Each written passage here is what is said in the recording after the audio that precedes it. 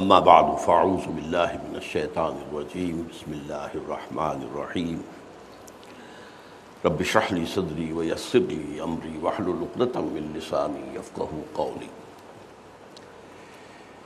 حضرات، اللہ کے نام سے ہم شروع کرتے ہیں سوالات کے جوابات کا سلسلہ۔ تو کون صاحب ہیں جو پہلے نمبر پر آ رہے ہیں؟ میرا سوال یہ ہے کہ جمہوریت اور خلافت میں کیا فرق ہے؟ دیکھیے، جمہوریت ایک تو ہے عام محاورے کے طور پر کسی لفظ کا استعمال، وہ تو یہ ہے کہ امور مملکت جو ہیں مل جل کر باہمی مشورے سے طے کیے جائیں، کوئی ایک شخص نہ ہو اس کی آمریت نہ ہو، کوئی ایک شخص بادشاہ کی حیثیت سے نہ بیٹھا ہو، بلکہ لوگ مشورے کے ساتھ معاملات چلائیں۔ لیکن اصل میں جمہوریت جسے کہتے ہیں وہ یہ ہے کہ sovereignty belongs to the people، قانون سازی کا اختیار مطلق جو ہے وہ لوگوں کو حاصل ہے، وہ اپنے نمائندوں کے ذریعے سے جو چاہیں قانون بنا لیں، اگرچہ وہ باہمی مشاورت سے تو ہوا، لیکن یہ کفر ہے، شرک ہے۔ گویا کہ حاکمیت میں انسانوں کو اللہ کے ساتھ شریک کر دیا گیا، بلکہ اللہ کو ہٹا کر انسانوں کو حاکم بنا دیا گیا۔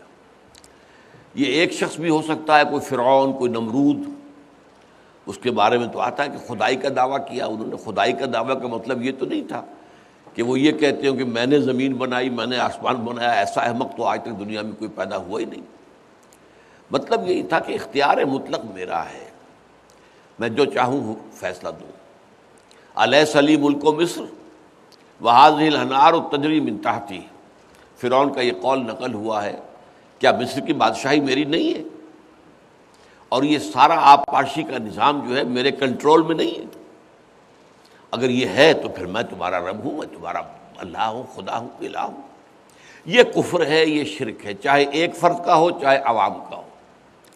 خلافت یہ ہے کہ اللہ کی حاکمیت کے تحت اس کے اور اس کے رسول کے احکام کے تابع باہمی سارے معاملات جو ہیں دوسرے وہ باہمی مشورے سے طے کیے جائیں، یہ خلافت ہے۔